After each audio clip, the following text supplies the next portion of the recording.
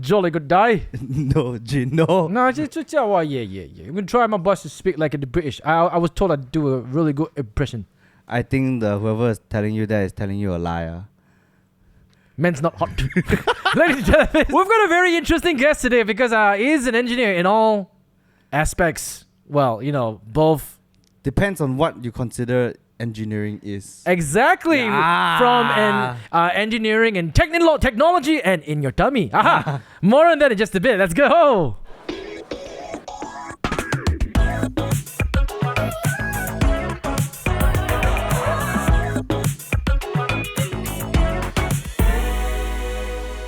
Introducing our guest today, but before we do that, I need to let you know that this episode is brought to you by Study UK. It is in with partnership with Study UK, a British Council and UK government-funded initiative, which is part of their GREAT campaign, a campaign that also funds other industries like tourism, trade, and economics. The UK has a wide variety of universities and colleges that offer world-class education that will equip you with the competitive edge to enter the global workforce, with great universities that will give you the space to grow and the unforgettable student life. You will have incomparable experiences and memories that will last you for a lifetime. Yeah. That's why I try very hard to speak like British, because, it always happens, right? When you go to London and you speak to... it reminds me of that time, the trend, right? The content, people's like, first day after living in the UK. Yeah. Second day after living in the UK. Then after you come back, what? Yeah, what? Yeah, but ladies and gentlemen, we have a guest today. Let's backtrack a bit. The last time I met this guy was last decade. Okay, I'm exaggerating. Maybe about almost close to 8 years ago. Very interesting because, when he explained what he did, I was like, oh, I didn't know that someone could actually do that. So, ladies and gentlemen, if you stumble across his Instagram, you might think that he's an engineer for drinks and alcohol, but it's not, And you will know why in a bit, because on Instagram, he's known as Jun and Tonic, not Gin and Tonic, Jun and Tonic. All right? So now that he's on the show here, but please give him a round of applause. Jun and Tonic. We have Jeanne here, so is this show the Gin and Tonic show now? No. How do you come up with that name, Jun and Tonic? Do you just really like to drink gin and tonic? I just like puns, Right. Back then. So I thought okay, this is a fun pun. Then I used it and I realized after a while, it's a bit confusing for people because, like you said, it's more relevant if I was like a drinks person. Yeah. So the expectation is there that, I do drinks, but then actually I do food, which is semi-related. But yeah, close enough lah. Yeah. It's like you make better recipes when you're halfway there with gin. All recipes taste better when you're halfway there with gin. But Jun, last time I met you, you were actually hosting a show on BFM, and then you told me that you created recipes. So just for our audiences to kind of better understand what you do, please tell us. Yeah. Okay. So I think I always introduce myself as I'm a food writer and recipe developer. But I guess these days, the more basic term is I do food content creator. Yeah. But yeah, so I do food content. I put out recipes. I cook and shoot myself and do interesting recipes that I want to make and I want to try eating. But I can't really find it out there, so then I just make it in my kitchen. Yeah. I can't find anything that satisfies my taste buds, so I'll cook it myself.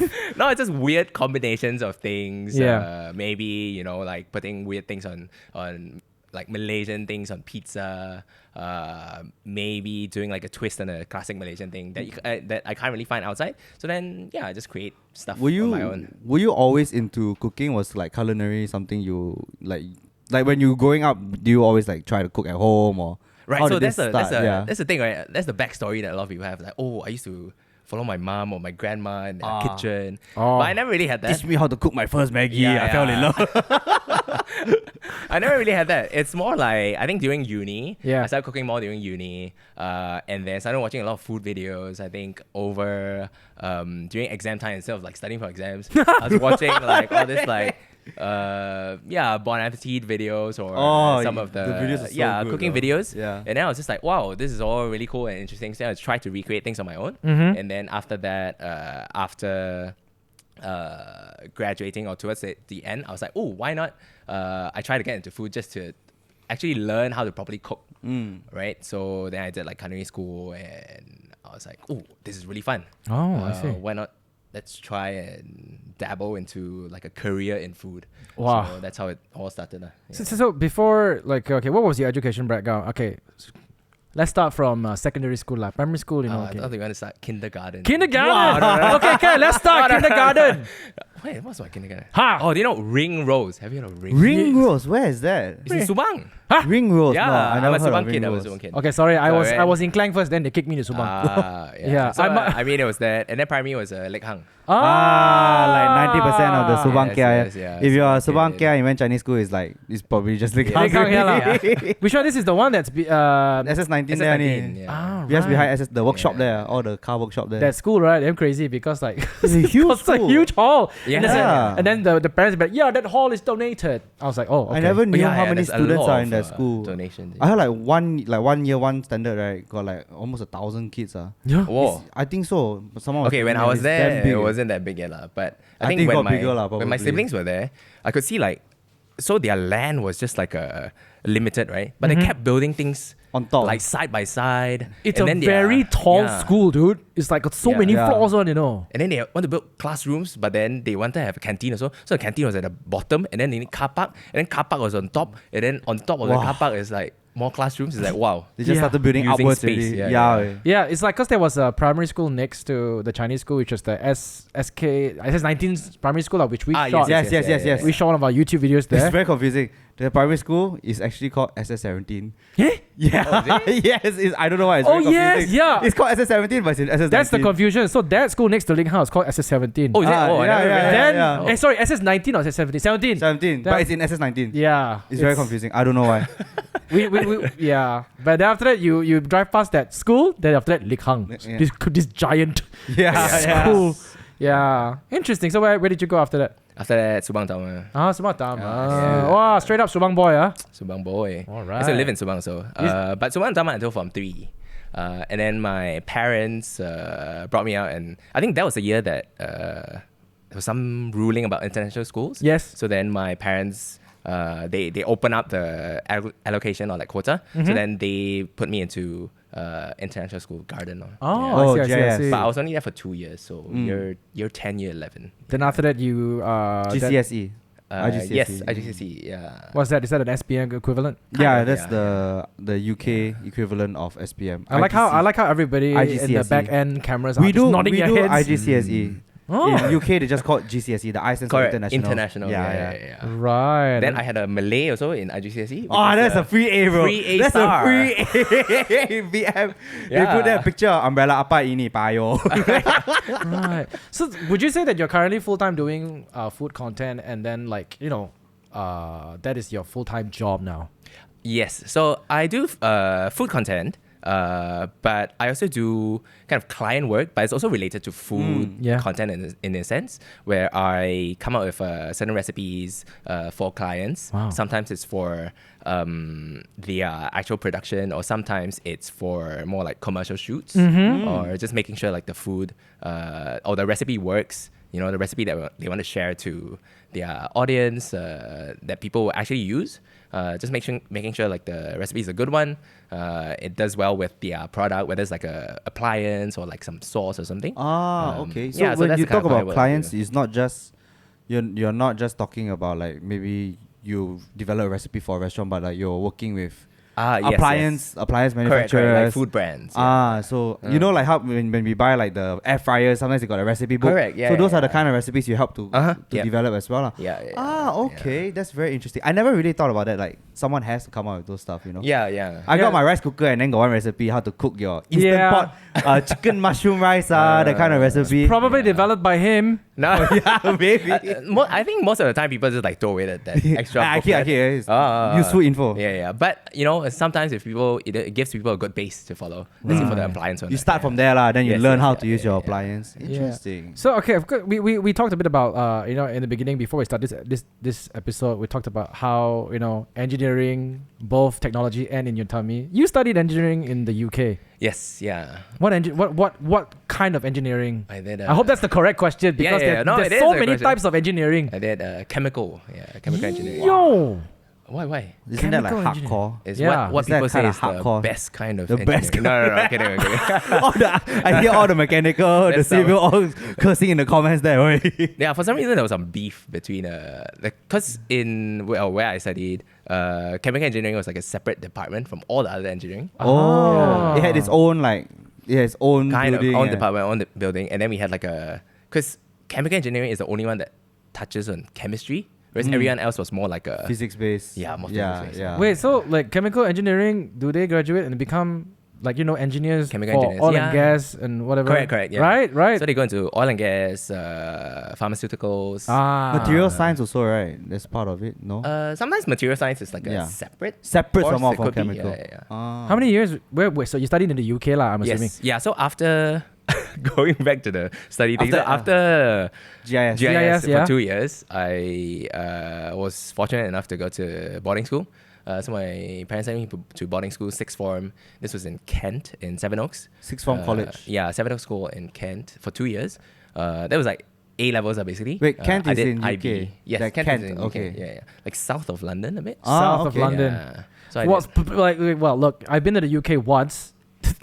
the out of city countryside views are just like, yeah, you'll wake up there every day. Oh, it's very nice. Yeah, It's like, yeah. whoa! I went for Very, my very brother-in-law's nice. graduation. Ah, I Daryl, yeah. can't remember where, but Where it was is like, Daryl? whoa.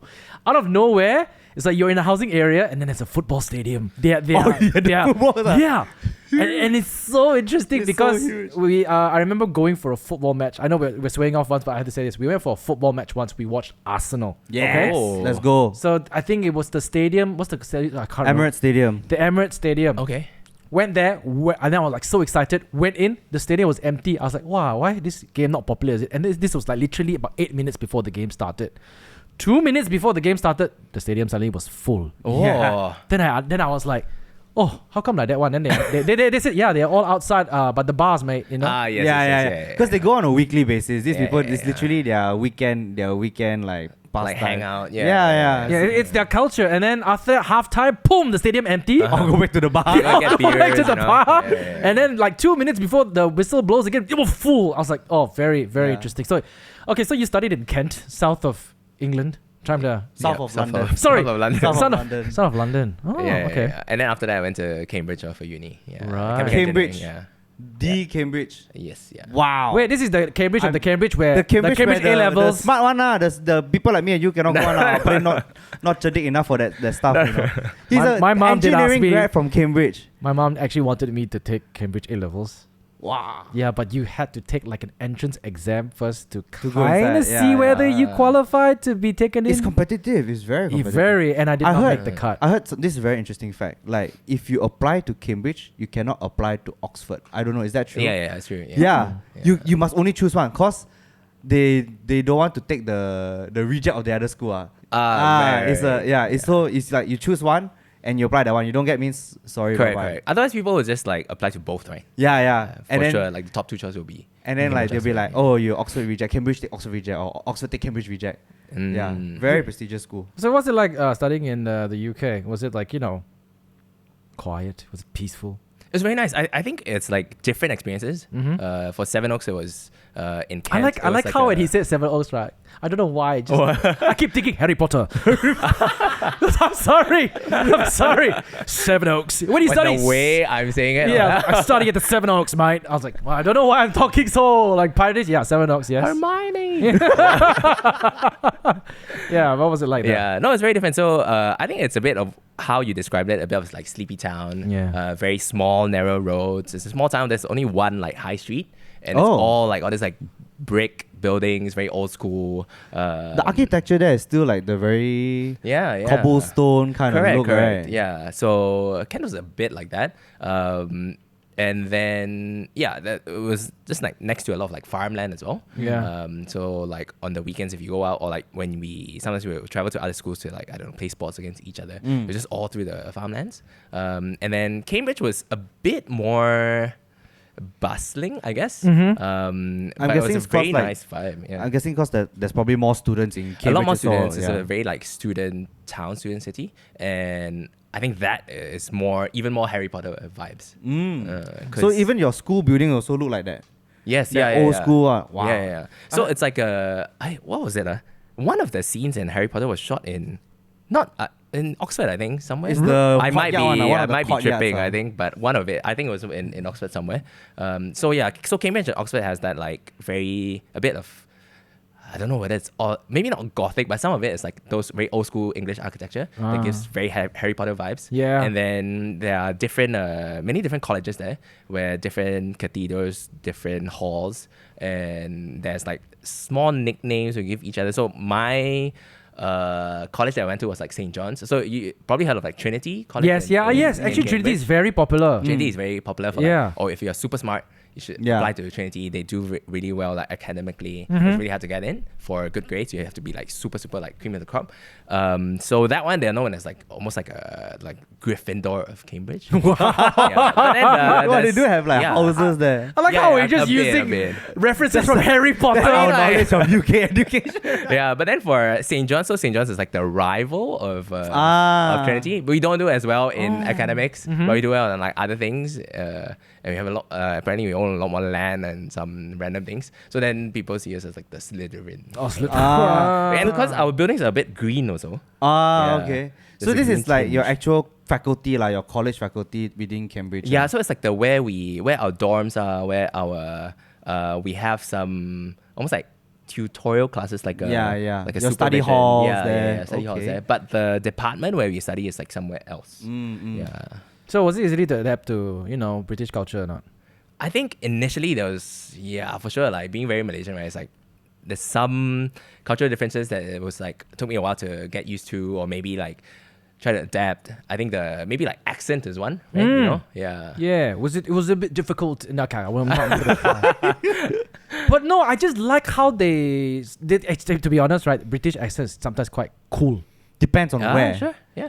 Oh yeah, different. Have you heard a different Scouse one. accent? Oh yeah. Have you heard a Scouse accent? No. Cannot understand. I don't even. I can't even try. I can't even try to attempt. to Man. impersonate. No way. It's just. I like it's so incomprehensible. Sometimes their sarcasm and the way they say it in their accent, right, is just really like.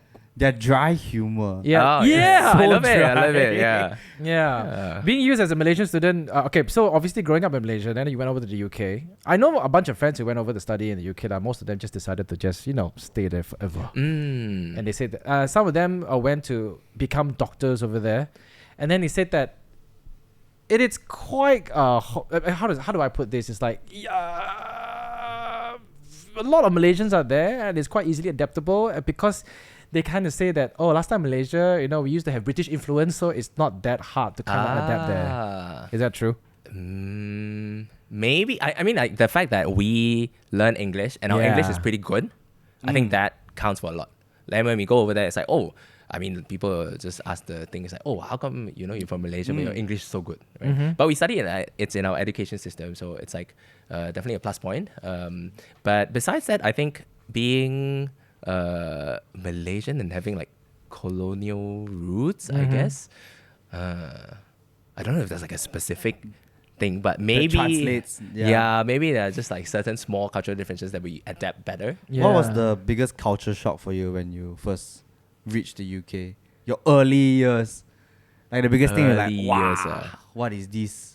No, just the whole vibe was just very different. I think like people-wise, because like 7 when I went there, it was like quite international also in a sense. There were a lot of like different, people of different nationalities. A lot of like Asians also, like people from Hong Kong, some Singaporeans, a lot of like Europeans as well. So I think that in a sense, like the melting pot, just to use like a very cliche term, but the melting pot of it was like very nice, and you get to learn a lot of culture and they're learning from you also. In a sense, it's kind of like Malaysia, right? Maybe that is the thing that like Malaysians find, Sorry, one of them, they said that over there you won't really be so much missing Malaysian food because apparently in England or in London or in UK in general, the food there is actually generally quite good one. Because I think there's so many different nationalities, so many different types of people from different cultures, backgrounds that end up in not just where I study, but all throughout the UK, especially in London, in cities, right? That there's so many different cultures there that it's just a big mix of things. I heard Yeah. I heard Indian food there is very good. Yeah, It's it really is, good. dude. Yeah. It It's is. like the number one food in UK Yeah. is Indian food. Yeah. It's very different from Indian food in Malaysia. Yeah. It's but a different style, right? Yeah, More it's a modern different Indian style, food. but it's very, very well done. Yeah. Would you like some protein with your rice, sir? Said the waiter in the South Indian Well, it's restaurant. just like a Yeah, I was like, remember. whoa. I was there, I mean, Oh, so you actually went to eat Indian food yeah, when I you went did. to It's London? biryani lah. Yeah, but it was like so atas, but not to say expensive. It's not atas. It's just your normal Indian restaurant. And then yeah.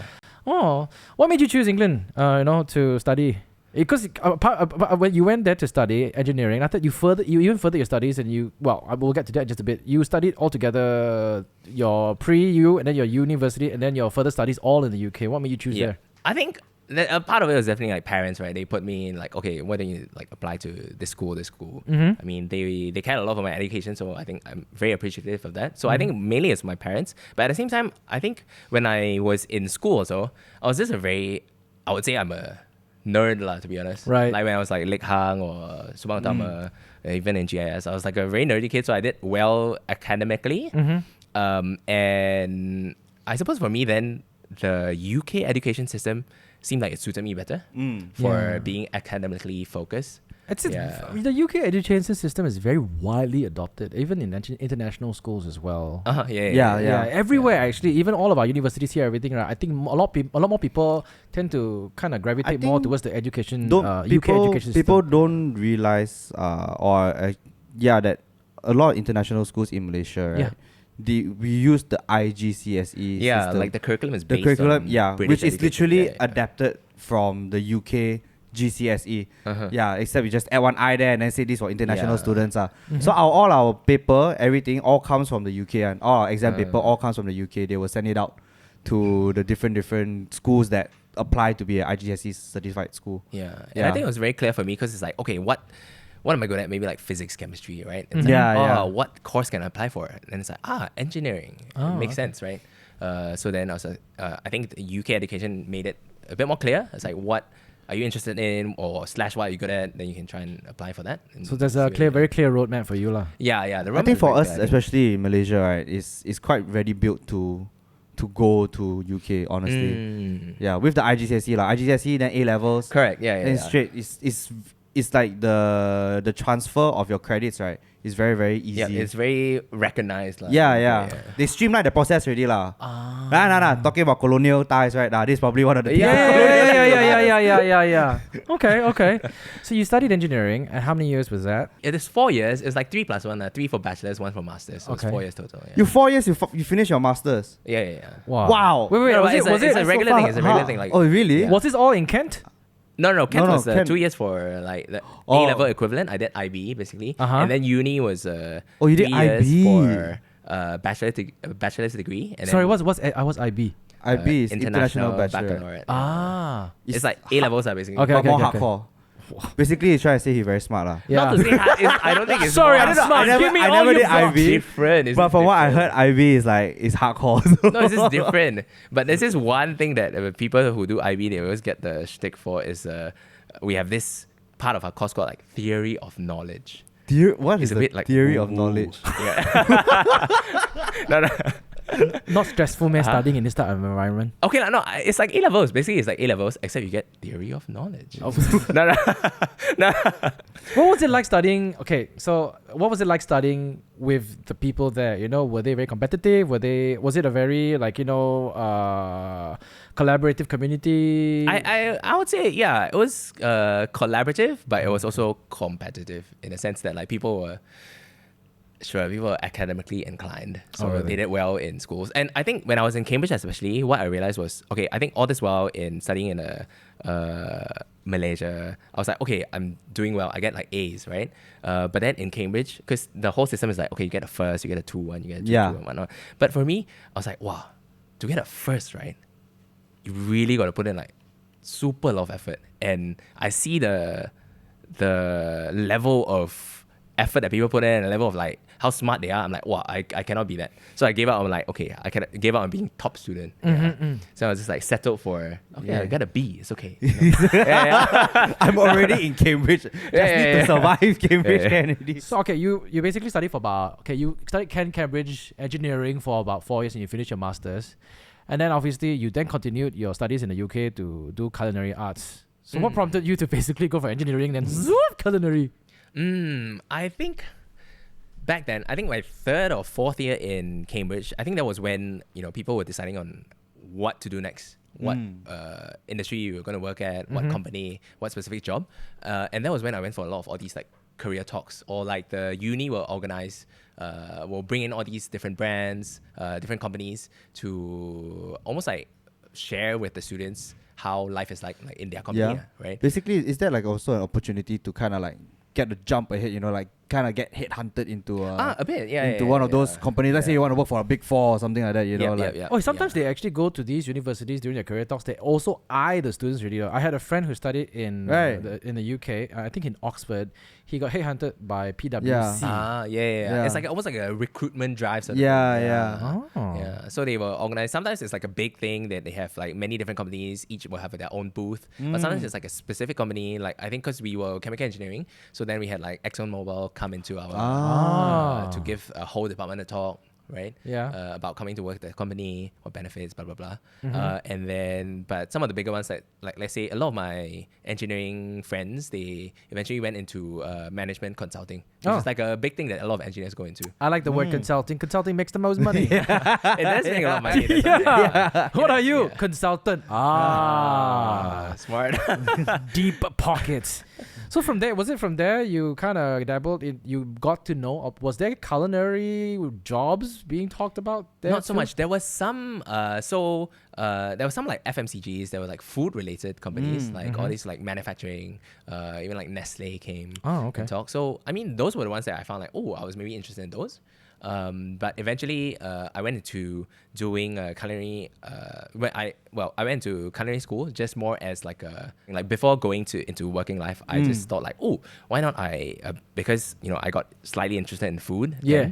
Then, I was thinking, why not I go for a cooking course to learn how to actually cook properly. Because before this, I was just like teaching myself all the time, right?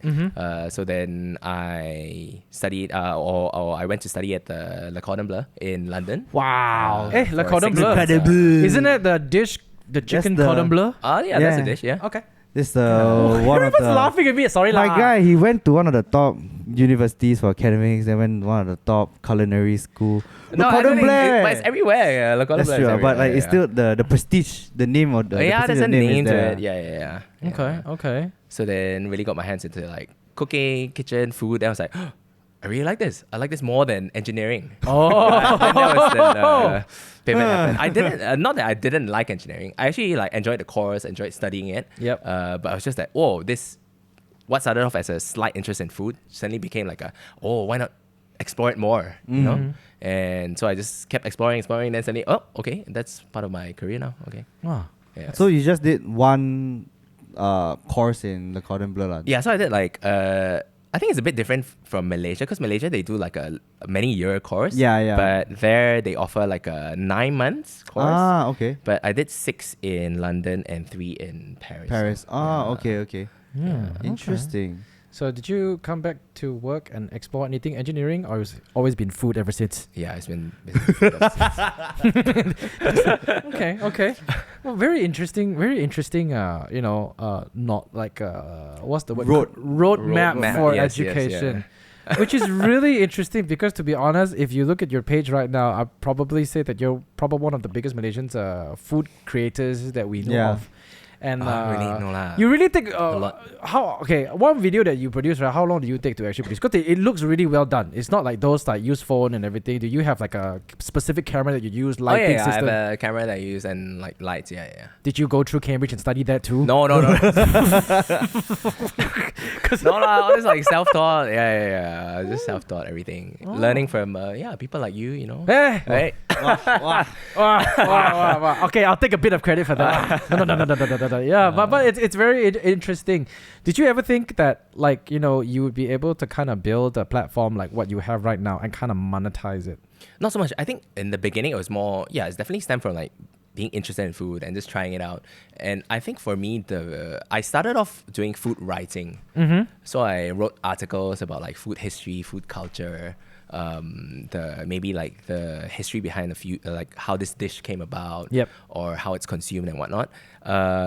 So in the past, like the writing part was the output, right? Right. But then these days, the video is the output. Yeah. But what I'm doing is still cooking, exploring food, right? Yep. Which is what I'm interested in. It's just the output has changed. Yeah. Right. The content is still pretty much the same lah, in a sense. Yeah, similar. But people these days prefer to see the end product being done before their eyes rather than try to read a whole list of recipes and try it out themselves. I feel like when you watch these people, like when I watch your video, it feels like when I see you do the stuff, it makes me feel like, oh, I can do it I too. can do it so, Yeah. wow, it's so easy. Serious. Try to come up. Hey, then why am I this? Wait, how come it took me longer than 60 seconds to make it? I saw the French onion, the French onion ramen. Oh, yeah, video. I was like, good. oh, it looks so Okay. good. Then I think, oh, she cooked the French onion. Did you try damn to long. make No, the French onion take them long lah. So because of the line of what you do right now, can I say that are you more sensitive to what you taste when you go to a certain restaurant? Let's say, for example, if like you go to a certain restaurant and then you eat and then you try to sit down there and try to dissect what's being put into this dish and then rate it, yes or no? I can turn it off. Okay, that's so good though. Okay. So your brain is not constantly focusing Yeah, like, wow, it's is this not, dish good or not, suck or not? Yeah. Like if I want to, I can be like critical about things, but most of the time it's just like, just eat without really, unless it's like really bad, I'm like, I'm really not enjoying it. But my base level of satisfaction is very easily. It's not too picky easy lah. to be satisfied, Okay. So do you only upload on Instagram right now or do you do cross platforms? IG is the main one, but then I don't know. I just re-upload the same thing on like TikTok, YouTube. Okay. But I don't know. Like the algorithm there is so different, so I'm not sure like what I'm doing there. Yeah. So what was your journey like? I mean, like, okay, so a lot of people tend to think that, when they if people are discovering you just today, let's say they go on Instagram and they discover your page on the discovery page, Jun Tonic is about 100,000 plus followers, right? And then they obviously in their perceptions like, oh, good, this guy's legit, this guy's already successful because he's got a few 100,000 followers and stuff like that. But what was the journey for you to getting your first, let's say, 1,000 followers to your first 10,000 to your first 50,000 to your first 100,000? What was the main drive or what was the main motivation? I think, like if we were to go back to early days, I was still food writing, right? So I was just doing mainly food writing, putting out food articles. And initially on IG, I was posting like food photos. Yep. I was just like taking food photos of like stuff I cook just for fun. This was, I don't know, how long ago was this? Like 8 years ago? Wow. 8, 9, 10? Were you still in the UK or already back here? Already back here. Did you used to cook food? Were you so interested in food that when you studied abroad in the UK that your friends will always come over to your place because you're the one that cooks? Sometimes, yeah. I love those type of friends, okay? Yeah. It's like, hey, what are you going to cook? I just buy. I chip in the grocery. It's I like, chip in the we grocery. potluck, but I will buy things and then Then you do the cooking. Oh, man. I'll bring drinks. Is it? Okay. Yeah. Especially for like the food, your local food that you cannot find in the UK, that one, like your stew or whatever. Then you just go and make it at home. Yeah. So I had a roommate back then who was really into food also. So then we would sometimes like host people around. Yeah. Okay. That was really nice. So Yeah. So back to your journey, like what was the motivation in trying to like, okay, you post pictures first, okay, then after that, your journey to your first 1,000, first 10,000, first 50,000, now 100,000 over, and then maybe like you also got millions of views. So what was that journey like? I think all this while, right, the motivation has been like, okay, I want to do, because I know I like the cooking part of food. Right. I like messing around in the kitchen with different ingredients, trying out different flavor combinations and see whether it works. Or even if it doesn't, it brings me a lot of joy. I'm like, oh my God, this is so bad. Why is it so bad? So that has always been the driver. And in a sense, like, in the beginning, I was writing articles, putting out photos, and sure, some people were like liking them, but this was maybe like, was it 1K followers? Not before the whole video thing. And then after that, I was just looking for different mediums of output for the work that I do of like how can I share my interest in food with people more. So that's how I started with like the BFM podcasting. Yes. So that was when I started a show on BFM where I interviewed a bunch of people, mainly restaurateurs, chefs, people related to food industry. Yep. And then back then you had a show. You were eating all this like spicy things. Hot guys. Yeah, hot guys. That's why I reached out to you and asked you to come onto the show, right? Yeah. Because you and Brandon, right? Yeah. And then I fed you some like super spicy things that you had Yeah, trauma from. Actually, I'm not gonna lie. That was the first time I tried mala, you know. Really? Yeah, serious. I didn't know what he was putting into my back then mouth. mala not so Yeah, but It wasn't. popular, Yeah. And he Yeah. was like, he said, okay, you try this first. It's mala. It's a bit spicy. And then he was like an engineer breaking down what I was about to feel. Yeah, dude. No. Breaking down the stages of pain. Yeah. That is like, you feel the bit after it ended, but now you feel a bit of numbness in your tongue, right? Yeah, that's mala. That's the ma. I was like, whoa. Now you feel your heart stop, right? I'm gonna dial 999 now. Okay. Then how did it progress from there? Yeah, so then I did the show. So in that sense, the podcast or audio was another type of medium and type of output again. Yeah. But I was doing what I was just still being driven by the like this interest or this love of messing with ingredients, cooking. So then when the pandemic came, a lot of people started to, when we like the whole thing with BFM, it was hard to go into the studio to record or like interview people. All these like Zoom interviews just didn't really do it for me. It's just really hard to manage like logistics wise. So then I started exploring I started shooting my own videos. At home, cooking, and then posting it up, see whether people will see. Initially it started off just more as like, this is another output. All right. And then people started to watch it. People started to like it. It's like, there is a sort of audience for this. Right. Yeah. And so I just went a bit harder in that direction. Okay. Yeah. So I started doing more videos and toned down on the podcasting a bit more. Okay. I need to say this. So this episode is brought to you and made in partnership with Study UK, a British council and UK government-funded initiative which is part of the Great Campaign. A campaign that also funds other industries like tourism, trade and economics. And the UK has a wide variety of universities and colleges that offer world-class education that will equip you with the competitive edge to enter the global workforce. With great universities that will give you the space to grow and the unforgettable student life, you will have the incomparable experiences and memories that will last you a lifetime. Any memories or experiences that last you a lifetime from studying UK? Yeah lah, I read like that. So I can't ask you the question lah. It lasts me a lifetime. Memories I remember. Okay, food ones. I remember, when I was studying in Le Cordon Bleu, I made a lot of cakes. So that was when You do cakes too. Yeah, because I did like both like pastry and the savory stuff, right? Yeah. So I made a lot of cakes, and I remember that was the fattest I ever was. Oh, because after we make it in school, right, we have to make a whole cake, and then we can take it home. Oh, Yeah. Oh. So all the ingredients is free. Sorry, it's not really free because you pay. I for pay the for school fees, right? school fees, yeah. so you just kept bringing cake home. I just kept bringing cake. Every week there was at least one cake or some like croissants or pastries or whatnot. Every week there's at least one. Sometimes there was 2 cakes. I was like, how am I going to finish it? Yeah. So then, I gave it to some friends. Yeah. I was staying with my sister at that time. So both of us just ate too many cakes. Yeah. Wow. So what was your first milestone for you in your your first milestone in your standards for content creating, for food content creating?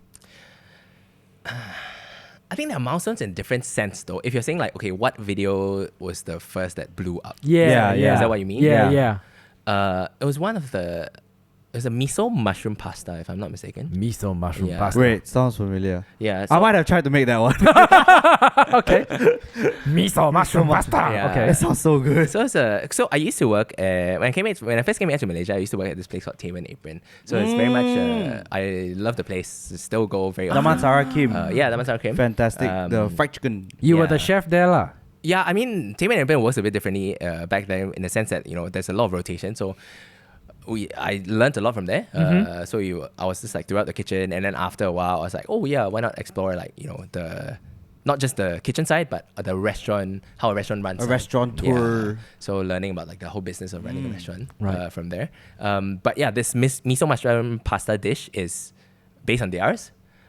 They have it there. It's really popular, and I'm like, oh my god, this is an amazing dish. So I just tweaked it a bit, but it's largely based on their recipe, and I just made it a bit more home cook friendly. Right. Yeah. So basically, it's a dish where you take whatever pasta you want, and you start with cooking off some mushrooms, pan frying some mushrooms, and then you get miso and butter and kind of churn them together. So it's just to distribute the miso a bit, and then you will cook this miso butter along with some cream in a pot, add the mushrooms into it, and then add your cooked pasta into it, and it's done. It's very much like science, right? It's like chemical engineering. Right, I can feel his. See, like how he says that you put the his butter and the engineering miso brain. so it can. Oh, sorry, I can't remember what he said. I but- forgot what I said. Yeah, separate the things.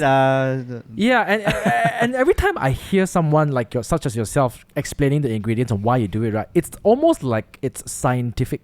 It's a bit, I guess. Yeah. It definitely helps to have a bit of a science background, I suppose. But I don't really think about it a lot, you know. It's like okay, so it's like art, right? Your basis of art is you need to understand the RGB color, the red, green, and blue, and Okay. what makes with what gives you what color. And Okay. okay.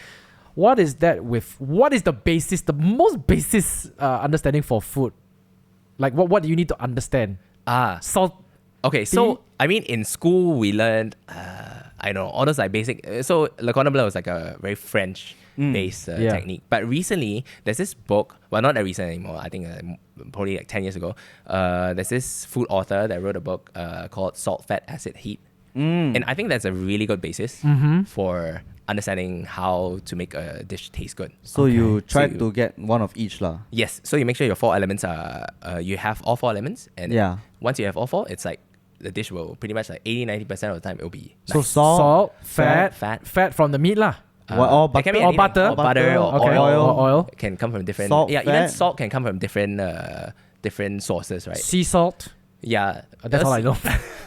or even like if you put like seaweed into something, or you put like bonito flakes, it's salty. salty. Right? Or you put like I don't know, Bacon, like a bacon. ham choy. That's or is that why bacon is so good? Because it's got salt Correct. and got fat already. Sure, yeah. Then you add some chili. Yeah. And then what's the last one? Salt, fat, Acid. acid like So- sourness. Bacon. Lemon. Yeah, it Bacon can be with lemon, chili it and can be lemon. pickle, something.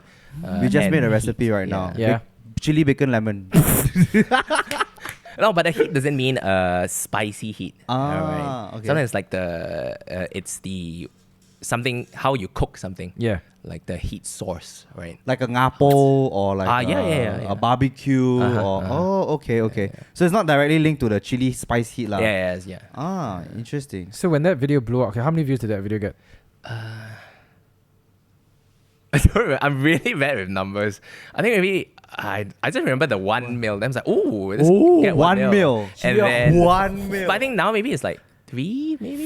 Yo. Was your phone like constantly like, ding ding ding ding ding ding ding? Then you're like, hey, what's happening? No, Ooh. here's the thing. I'm really bad actually with like keeping up with all these numbers. I really don't want to pay attention to like how I don't really track like how well this thing does. Okay.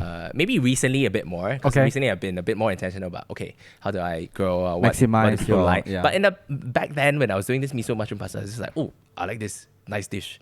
We put it up. And people like, sure. Okay. Then just like, we just do more. Did it another encourage dish you? that I like. Did it encourage you immediately to do the next one, or you just kind of like sat on it for a bit and it's like, what should I do? I think it took a while for it to get to 1 mil.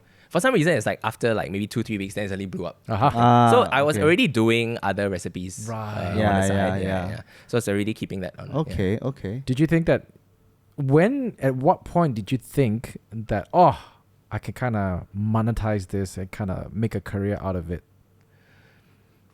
So Because the reason why I ask this is most people who create recipes or can cook, right? I think their angle is open a restaurant. Correct. Straight away open a Yeah. restaurant or Yeah. open a not a restaurant food truck or Yeah. something side job, to cook at home and then sell it to people, and then it will progressively go end game restaurant. Yeah. So at what point did you think, okay, this is monetizable? But you went for the non-traditional route. You Yeah. went all digital. yeah, so my end goal has never been to open a restaurant. Oh, Yeah. Okay. And I think one of the big reasons is because like having worked at restaurants before, I'm like, Right. okay, this is not what I want to do. Whether it's from like the being like, I don't want to be like a head chef of a restaurant. I don't want to cook the same dish over a long period of time, like having to master and make this dish like a 10 out of 10 banger. Right.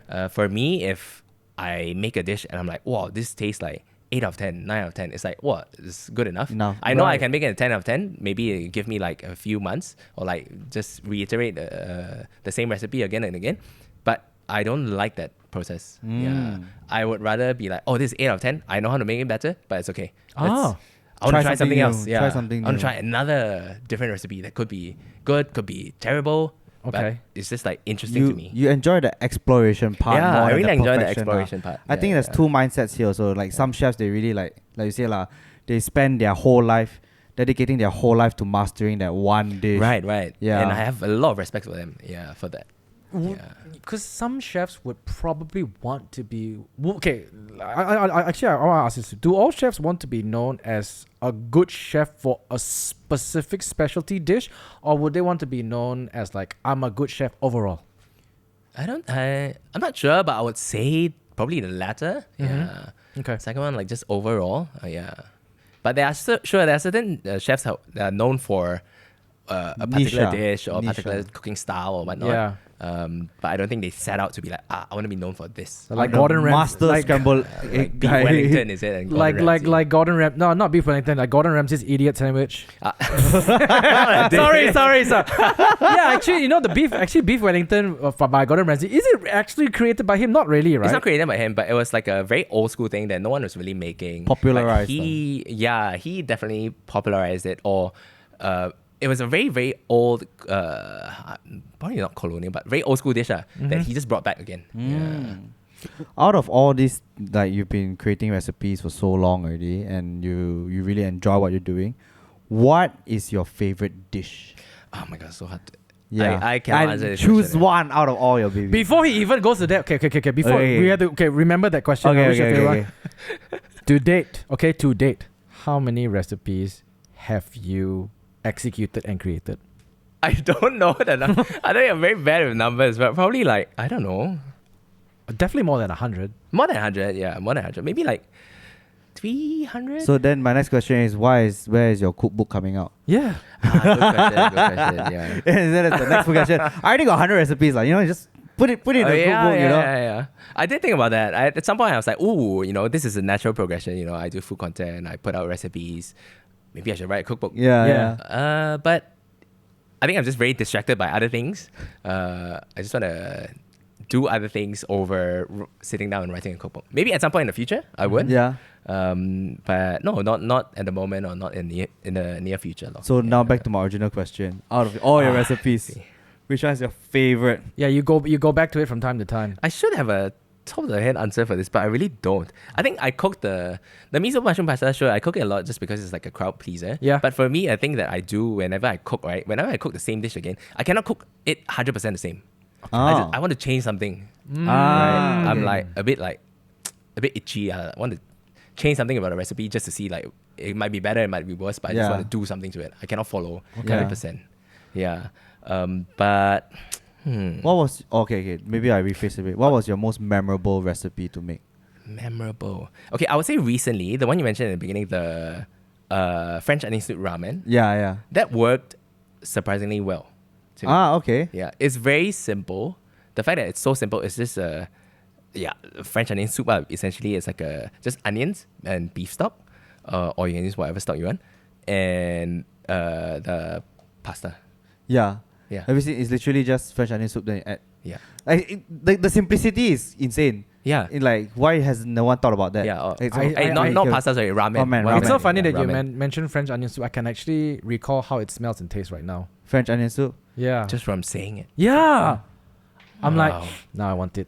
We should have done this in the kitchen. We should have Oh, yeah. Yeah lah, I should have eh. done it in my studio. Yeah. Oh shit. Okay. Part two. Part two. Part two on Jun and Tonic. Actually, I'm quite curious because I had a couple of friends who've done culinary arts before, but I've never really kind of questioned like what does one go through during culinary arts. So like, do they specifically teach you all kinds of cooking, like Italian, Japanese, or whatever, or do you choose yourself? Oh no. So if it's le cordon bleu, it's usually based on French I see. cooking techniques. That's the French school of cooking. And a lot of, I would say like the French culinary techniques are like the basis of a lot of how people cook. Yeah. So It's the if most you- popular one. If I you're gonna suppose. if you're gonna basically study French culinary arts, right? Did you have to like study like a lot of recipes? No, I mean they teach you in the course law. Okay. Yeah. So then you start from scratch. You learn how to cut with a knife. Oh. Different. They teach you different really cuts. from that different scratch. dices, different types of dice, different kinds of. If you cut things into a julienne or a baton or stuff like that. Do they make you roll pasta too? I think there was maybe one pasta thing. Yeah. Oh, is it? But yeah, so you do from that, and then they teach you like the sauces, the 5 French mother sauces.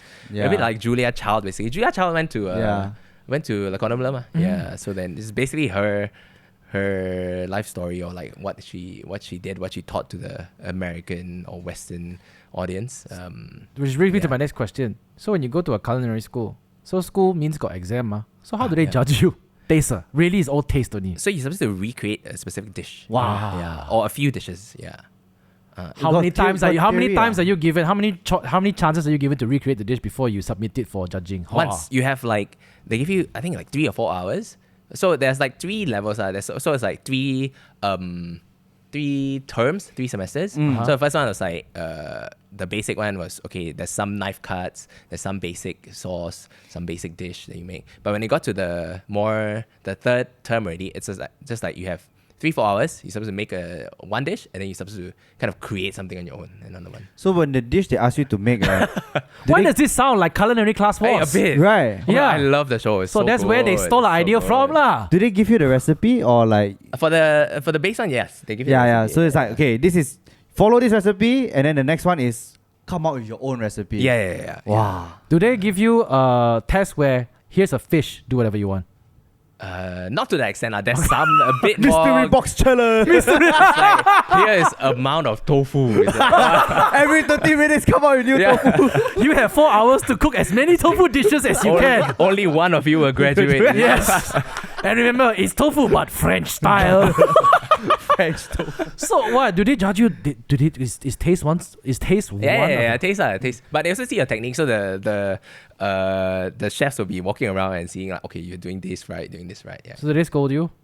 No, during the exam they'll just be like give you weird looks if you do something wrong. Really? Then after that in the results you'll see like, oh, okay, you didn't do this right, or you like mess up some sauce, or you split something. Yeah. What's the worst thing they could say to you? What's the best thing they could say to you as an invigilator? Do they judge you on the spot or like? They don't judge you on the spot. they It's like compile after lah. that, after you taste everything, Uh-huh. then they will write it's like a result. Everything has to be real time, right? Because if you cook food, it has to be hot, right? Takkan it be eaten cold. Yeah. So immediately So you it's like finish you the after you're stuff done, you submit, right? And then they taste, and then it's like, okay, done. How many? Okay, this is so like What? the games, I dude. never thought about that. Like Then how- exams in okay. culinary school. How many people were taking the exam at the same time? In a class, it depends on which school, but some schools were bigger, some schools were smaller, right? But when I was there in the London one, there was maybe about like 20. In yeah, your 20 class, in a lah. class, In yeah, your yeah. class. So they had to taste 20 dishes and grade 20 people at that given time of 4 hours. But usually they just like have a small One tiny bite, bite, one right? bite. Oh, really? They don't have the Do they whole do the dish, thing yeah. where they bite and then like that? No lah. Eat 20 bites. Then you know already. Oh no. Oh, that's very interesting. Because you know, last time, okay, engineering, obviously you do theory exams and maybe Yeah, some yeah, practical yeah. stuff. Culinary You build school got- something. Culinary school or theory? Got theory exam. Yes, but very basic. Some multiple choice things. It's mostly practical, right? It's only practical. Yeah. Is one of the criteria, or one of the subjects, kind of like one needing you to kind of learn how to run a restaurant too? No, I No think lah. I think the Malaysian one. I think the one some in Malaysian courses Subway, do. Yeah, Subway yeah, one. yeah. Like the longer, like few years one, they definitely learn about the restaurant business. If he says, yeah, they also give us a challenge to run a restaurant, yeah, confirm culinary classes. Compete the UK education system. Yeah, we know where you got this from, Koreans. Oh, very, very interesting. But I, if I'm not mistaken, right, like a lot of people have this misconception that if you cook well, you can open a restaurant. But like from what I understand, cooking and running a restaurant is two completely it's different things. Running restaurant is mainly about Business. logistics and HR. HR. Oh, okay. Yeah. It's So you deal less with the food actually than you would like. Yeah. You just need to sell the food. Yeah. If you want to be sustainable, right? Yeah. Does the emotions affect the outcome of the food or not? What do you mean? That means, like, let's say one day if you come in, you broke up your girlfriend, you're feeling sad. You know, even though you're cooking the same recipe over and over again, will it taste food worse tastes just bitter. because your feeling is? Then you see all your guests as they're eating this, they suddenly start Cry. crying.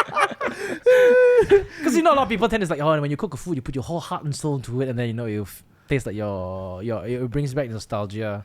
I think that's just Jean's Maybe. restaurant lah. Maybe. I mean, there's definitely some storytelling. Yeah. But if you cook it without any emotion, and then after that, the front of house person that serves you is like, they tell you about this like grand story about this came from the chef's grandma, and all this kind of recipes. And then when you eat it, it's like, wow, I feel the love.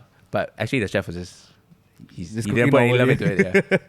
I remember, so I went for all these. I think like there were a lot of these fine dining restaurants popping up, right? And then I went to this one, and then suddenly he was telling me a very great story because the dish was fish. It's like he was like talking, before I tell you where this dish is from and where this fish was caught, I must let you know that it is locally sourced by the streams and blah blah blah blah blah blah blah. It comes fresh water, and you wouldn't even guess what fish this was. And then he will basically run you step by step on how you cook the fish. We pan-seared it with delicacy and full of heart and blah blah blah blah blah blah. So after that, can you guess what fish it is? I was like, I don't know. And after he ruined everything by saying the next time, the next one is you can find this in your Malaysian drains. I was like, what? What? Yeah, he was being funny, but yeah, tilapia. Tilapia. But it tasted so good. It's good. I had this dish before. It's like It's good. Then after he kind of explained to me that tilapia fish is very hard to cook one. But then again, without how would I know? It's like fish to me. That's why he had to tell you lor. If not, you don't know. Yeah. But you need to justify the price ma. Yeah. It's like after he tell you that story, then when you taste it, it's like, wow. Ah. And then tilapia. Oh. And then suddenly you taste the bitterness in your mouth. It's Like, like, true, just a tilapia only. I didn't taste the bitterness too. It tasted really good. Yeah, and it's an experience. It's like 90% storytelling, 10% experience. Yeah. But it definitely helps. The storytelling element is really important in like a restaurant, I think. If you want to do, especially all those like fine dining ones. Yeah. Because sometimes in the end, like, let's be real lah, an egg is an egg lah, But how you cook the egg and how you shape it, that's where they put the value into it lor. Like, that's why you go eat a fine dining restaurant, the egg costs $50, but you go eat the Mamak, then your egg is extra $150 only. Actually, I should ask a couple of these questions to see what's the best way to do it, because these are things that I would like to think that most of us can do at home. Okay, first question: what's the best way to cook scrambled eggs? Cook scrambled eggs. I do like the typical Gordon Ramsay thing. Oh, I You do do that the too. French one, I do that too. You do the French one. Yes. That one is the... Please explain how But Gordon Ramsay it's does it. so slow. Yeah, it's slow. It's so slow. So I'm he hungry. cracks his eggs. I think he puts a bit of Butter. Creme fraiche. butter. No, creme fraiche is at the At end. the end, yeah. Yes. So he does the butter and then puts it in a pot. It's not even in a pan or skillet, Yeah. right? It's in a pot. And then put it over like a low heat and like keep stirring it, So they want the eggs to cook until it's like velvety. Yeah. Rather than like, the American way. American like very like chunky ones. Yeah. So it wants to be like very smooth and almost like a porridge kind of texture. Yes. Yeah. So you slowly cook, take it off the heat, put it back on, take it off, put it back on. It takes a lot of time and patience, a lot more. And then at the end to like stop the cooking, then he puts a bit of the creme fraiche. That's the acid part. So you see there's the salt. So at the end he also salts it, right? Yeah. So there's the salt, there's the fat, the butter, there's the heat. acid is the creme fraiche, and then the heat. Yeah. Ah. The heat element, I see. It's really good, but it's just so tedious to make. When For just egg. dude, it's a damn good way to show off, dude. And when I'm doing it in the kitchen, my mom was just standing there, not a single word. just cooking egg like Because that. you know how moms, right, when they stand next to you when you're cooking, why you do like that, why you do that? No, but when my mom sees me make that, I'm like, she's like, I don't like this. I just want the regular scrambled egg. Yeah, and my mom would just take one teaspoon, then she walks away. But my wife likes it though. She's like, But for me, I will never eat scrambled egg anywhere else. It's very different though. It's really nice. Yeah. Put it in avocado. So if you in go there. to those like hotel breakfast buffet, you won't eat the scrambled egg. Because normally the breakfast buffet they do is is the quick Yeah, chow very one. chunky, Yeah, the Yeah, chunky it's like one. okay. Then That's then the fast way to do it, man. if I eat hotel scrambled eggs, right, most of the time you see yourself putting salt and pepper, and then you put a bit of chili sauce. I on top put and the some big sauce. beans. It just tastes very Yeah. standard. But the Gordon Ramsay one is like you just eat it on its own. You don't need anything else. It's Yeah. like whoa. It's like very smooth in your mouth. A little, Yeah, bit, little bit of yeah. texture. Yeah, It's yeah. like boom. What's the best way to cook chicken? Chicken. Seasoning. There's so many, I want to eh. add to this chicken breast because I always have trouble cooking chicken breast. Always very Chicken dry. breast, ah. Yeah, mine's always very dry. Yeah, always very dry. Hey, I did something with chicken breast recently. It turned out really good. I can't remember. I just remember I was like, oh, this is a good way to do chicken breast. Come, spill I your just secrets. poached it. I just poached it. You poached it? You poached Yeah, it. yeah, yeah. In like you just do it in some like, I don't know, it can just be, it's like boil it lah basically, but Yeah. low boil. Or like the water can be like some flavored water, a stock or something. Oh. And so And you that one you poach can, the chicken. yeah, you can poach the chicken and it like just a very low temp. And you cook the chicken for not like a rapid boil, because that will make it super tough. Simmer. So it's just like, yeah, even lower than a simmer to me. Lower than a simmer. Wow. Yeah, you poach it and it will turn out, you have to get the timing right. Yeah. How long? Different. Every pot is different, but I would say around like 7-8 minutes like that. Yeah. Okay. So then you can try lah. If you honestly for poaching stuff, right, you can just take out and then like you let it rest for like a minute and then you cut into it. It's still not cooked inside. You just throw it Put back it in. Yeah. Suddenly when I serve the dish, right, my chicken come out in 20 pieces already. What happened? Oh, I kept taking it at the wrong time.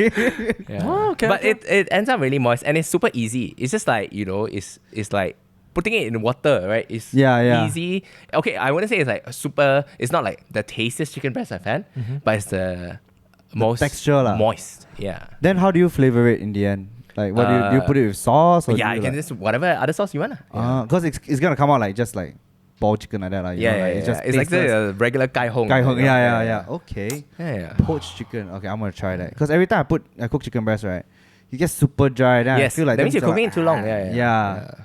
That's But why. because if it's in the oven and you are roasting it in the oven, if you're roasting a whole chicken, it's very hard to get the chicken breast like moist while completely cooking the thighs and the legs. Right? Because it cooks different Yeah. time. But if you're just cooking the breast only, roasting it, then the timing for that one is a bit more tricky because like again you can cut into it and see. Yeah. But then it's a bit more effortful than like just tossing it in water and then. Okay, I'm gonna try that this week already. But then for the flavor part, you do whatever sauce you want. I just put Wait, but you chili must peri boil peri it sauce. with stock lah, not just plain water. You can plain use water. Technically, you can plain water, but then the chicken breast will just be like a texture thing, right? Yeah. It's just a texture of like No taste. of like juicy chicken. Yeah. But no taste. But you can add the taste like with other things like the sauce. Yeah. What about like that? Like that? Could you just sous vide the chicken? Yeah, you can. It's basically Same thing, right? sous vide it basically. Yeah. But for the Oh. home cook, it's just Yeah. poach, simmer it. Same thing lah. Sous vide, they make you spend a few $100 extra just Just to to get buy the the, thing to make the stick there, right? Yeah. Someone you must sous vide. Yeah lah. Yeah, that one you need a plastic bag or whatnot. Yeah. But then this one is just like home cook Boiling friendly. water, home Yeah. cook friendly. Okay. So is this your like? I mean, you mentioned also when you adapted the table and apron recipe, you tried to make it home cook friendly. Is this like your personal ethos in a way, like the content you put out, you want to make it so that people watching can actually try to make this at home? Yeah. Yeah, I definitely want them to try, but at the same time, some of the things like when I cook in the kitchen, so I don't like things being too complicated. Right. Like I don't really do all those like molecular gastronomy stuff. Yeah. Although sure, I come from like a chemical engineering sciencey background. Sure, I understand the concept behind those things, but when I cook, I don't like cooking so scientifically, I suppose. Yeah. Right. Do you get people who like will just like take picture of their cooking and send to you and like Yeah, it sounds Tell good. you, yeah. Judge my cooking. No, you do the Gordon Ramsay react video? no. I will post Laju it to you now. Oh no. How better yet, Grab Express. Have you ever gotten any offers because of your position of who you are right now, creating recipes to be a head chef in restaurants? Not a head chef, but I've gotten inquiries about like, oh, can you come and cook for us, like private dining sort of thing. Yes. Nah, but I don't. No? No. Yeah. Okay, cancel. I think it's different also, you know, cooking for one person at home and cooking for like 10 people, right? Yeah. Yeah, it gets, when you scale up the number, right? What's the sweet spot with regards to the number of people you can cook for and maintain your quality control of cooking?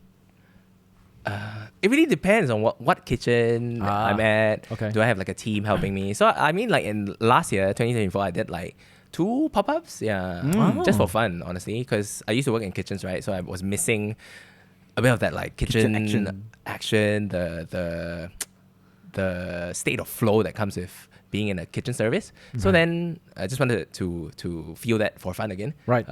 So I did a pop-up, one at Basic Wine Store. And then another one, a lot more easy one at like Pizza Duo with another friend. Yeah. Right.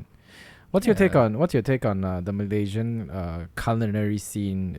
Do you think it's growing, room to improve, or are there a lot of hidden gems unexplored? hidden gems. I think I would say in the past, since the pandemic, I would say 3 to 5 years, Malaysian food industry, food scene has grown a lot. Yeah, you see a lot of new restaurants, people trying different concepts, trying out different things. Not all of them do well, for sure. But the fact that people are willing to try and people want to flex their creativity or just explore different restaurant dining concepts for the Malaysian audience, especially in KL lah. Yeah. I think that is worthy of something compared to I think in Singapore now. We always feel like Singapore is ahead. In terms of like, their international food scene is better. Yep. There's more chefs that want to go to Singapore to work and start their restaurants there. Yeah. But I think now the gap is maybe a bit smaller. I think Malaysia is doing well. Yeah. The progress that we've made in the past few years has been really encouraging. Right. Okay, now here comes the controversial question. Ready enough for controversial question. So which state has the best food? What state? Bear in mind that we have one person behind the camera. He's from Penang. I I have to say, I mean, I'm a Subang boy. I have to say, Don't say the Rojak Klang SS15. Valley lah. Klang Valley got widest Rojak variety. SS15. Klang Valley got Bak Kut Teh. Widest variety. Oh yeah, actually. Not Klang, but Yeah. the whole valley. Yeah. Oh. No lah, like I hang out in PJ a lot.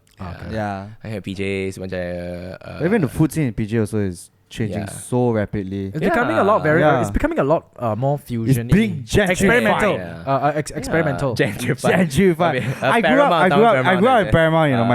Both my grandmothers stay around the area. Now I moved out from PJ a while ago already.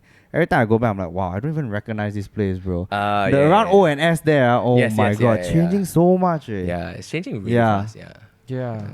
When you were in the UK, what was like one of the more interesting things you've eaten there? Like, since we're talking about like food and restaurants now, not cooked there, but I had my first Five Guys experience in the UK. Oh, same. Yeah. Bro, it was a really big thing at some point, eh? Yeah, it was. And when I went there, I was like, yo, dude, the burger's damn big, man. And it tastes so good. It's so sloppy. And it had pickles, and I'm like, oh, this is great. I thought the burgers were okay, but I really like the Cajun fries. The fries, they do it so well. Yeah, so good. The first time I ever had burger and lobster was in the UK. And I was like, whoa, this is... The one in London, Yes, the one in London. Yeah. My friends used to, like, they didn't study in London, but like when they go to London, they're like, that's their treat, They go there and celebrate anniversary and whatnot. Then they go burger and lobster. I also like the bars in London. Ooh, I don't drink a lot, but the nice cocktail bars there, very nice because it just looks aesthetically pleasing. Then it's very nice when you have a British man making yourself a cocktail. Yes, Bond. Would you like a martini? Shaken, not stirred. This guy living in fantasy land. But actually, there were like some Japanese restaurants that were really good in London. So like, what's it called? Koya, I think it was called. They have it's like a soba or udon place. Is it? I don't remember the name. I was only in London for like 6 months. But yeah, I really like some random Japanese ones. And then my brother recently brought me to like a katsu place that was really nice. In London? Yeah, in London. Yeah.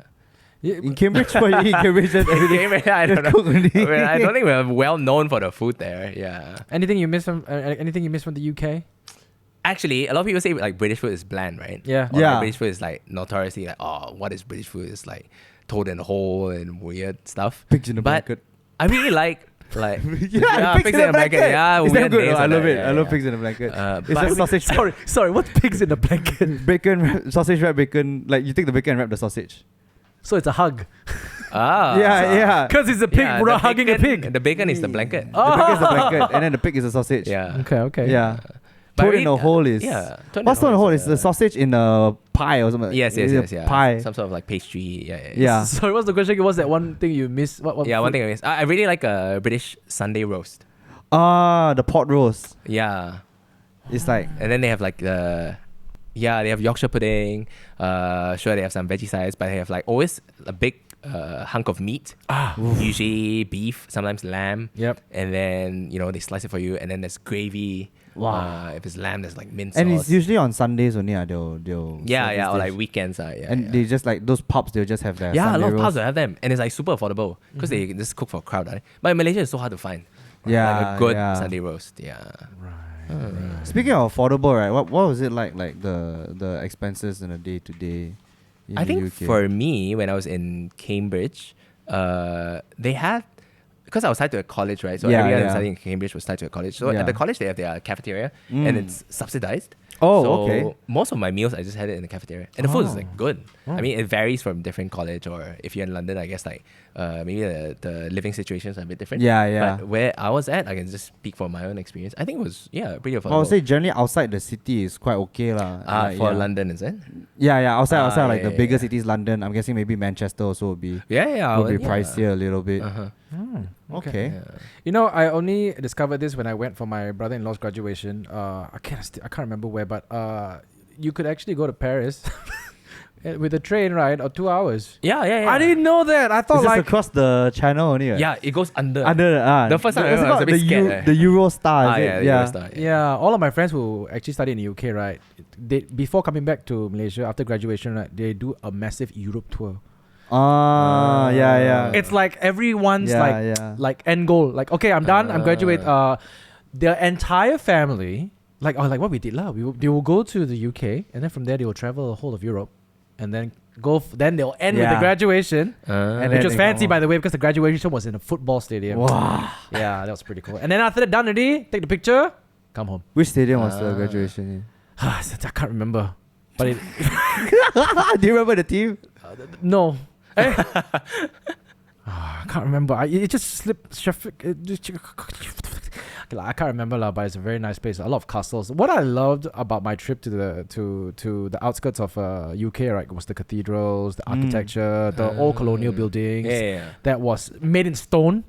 You know, it's like, dude, like we all complain about our tar roads and everything. There are roads there. They are made in like Cobblestones. Yeah. cobblestones, right? It's probably a few hundred years old. It Yeah, still yeah. works. It's yeah. amazing. And I know that Ireland was a train ride away. Did you travel a lot when you were studying there? Did you get a chance to like explore? Yeah, sometimes just with like explore friends. the UK? On like all those like term breaks and stuff. Lor. Yeah. Do you go like Scotland or anything? Once, I went to Scotland once. Sorry, I didn't go to Ireland. I went to Scotland. That's right. Scotland. Yeah. Shopping there is nice though. Shopping there is Shopping nice. in What is Scotland? shopping in Scotland? No, in the UK. Oh, Yeah. it's like, It's very specific. You're shopping. Yeah. What are you shopping for in Scotland? What are you getting? Hey, Zara, that's cheaper. Zara there is cheaper. Yeah, seriously, you go there. Zara is cheaper than Malaysia, okay? I remember when I went there, Primark was the place to be. Primark. Primark. The Primark was like Yeah. the most affordable thing. I remember I bought shoes for like £1. Huh? Yeah, it was on sale. It was like shoes for £1. Primark. £1. Yeah, it long it did the didn't last shoes very long. Cool. Okay, so like before we wrap up the show, I mean, thanks for your time, and then again, congratulations on all you've achieved for your platform, your thanks. cooking content. No, I stuff don't think like- it's. I don't think it's a lot. It's still a long way to go. I would say, Yeah, but what's your? Do you have an end goal yet or not? Do you want to like when I reach this certain goal? That's where I know I've kind of made it or succeeded, and what I've wanted to do always. I feel like a lot of people speak about like the definition of success, right? Like what does being successful feel to you? Yeah. For me, it's just like, oh, I'm enjoying what I do, which I already feel right now. Right. So technically, sure, I feel good. I feel like I'm in a good space. Sure, I could have more, I don't know, more videos that blow up, more followers and whatnot. But that's something that, I'm not really like super focused on. Sure, some days I'm like, okay, how can we move forward? How can we make this into like a more long-term sustainable thing? So strategy-wise, I'm just trying to explore like different sort of content. I'm trying to do more things that are related to the food industry rather than just like cooking in my kitchen and wanting people and showing off what I do in the kitchen and wanting people to recreate it. I want to do something that's more tied to the industry in Malaysia or /Asia. Right? But that's more like a strategic goal of like, I want to head in this direction because I'm interested in that. But overall, I've been feeling really happy about what I do. I really like Good for playing you, around with food. Yeah. And I get to do that on a weekly basis, which is nice. One last question. One chef you really look up to that kind of inspires you to to do what you do today, or that's one person. No, chef, just one person. Yeah. Okay, maybe so many. So many lah. Idolamu. Idola. Siapa idola? I think there are so in the food space there are actually quite a few, but for different things. I mean, people have asked me this a few times, but one person that I always mention is Mandy Lee. There's this she's not even a chef. She's like a food content. She's one of the OG food content creators or food writers, to be honest. She didn't do videos back then. She had a food blog. She was called Lady and Pups, and she also wrote a cookbook. And it's my favorite cookbook. She just cooks in a way that is very bold, and she doesn't care about what other people think. And she makes things that are very like she makes all this like I think like she made like tori paitan ramen, but changed it up. She added like sambal in, so like very strong punchy flavors, very interesting recipes. But a lot of it is based in like Asian flavors, which I really like. So I like the way she cooks, the stuff that she makes. But let's say for like a chef, sure, people. So I used to work at this place called Blue Hill, or like intern like at Blue Hill in the US. This was in New York, and Chef Dan Barber that really taught me a lot about like farm to table cooking and the storytelling aspect of running a kitchen, running a restaurant, or serving food to people. I think that was what I took away a lot from that experience, and a lot to gain from that. I see. Okay, cool. Jun and Tonic, thank you so much for joining us on the show today. Thank you so much for having me. Yeah. I'm pretty sure you get this question like, hey, when you gonna cook for me? Can right? Hey, you already had Mike Chu. Yeah. Next is me. Yeah, I had Mike Chu, the guy who cooks for private, a private chef, by the way, who cooks for people. That one. That's a story for another day. But nice guy.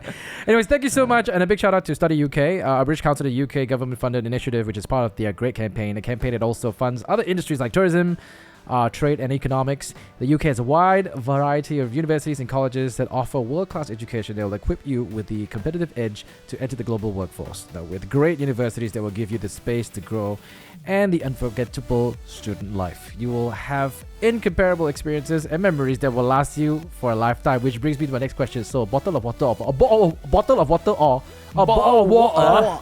Bottle of water? That's very bad. I'm terrible at a UK accent as well. You try it. What? Okay. You're gonna get cancelled so hard. Yeah. Thank you so much for joining us, guys. We'll speak to you guys next time.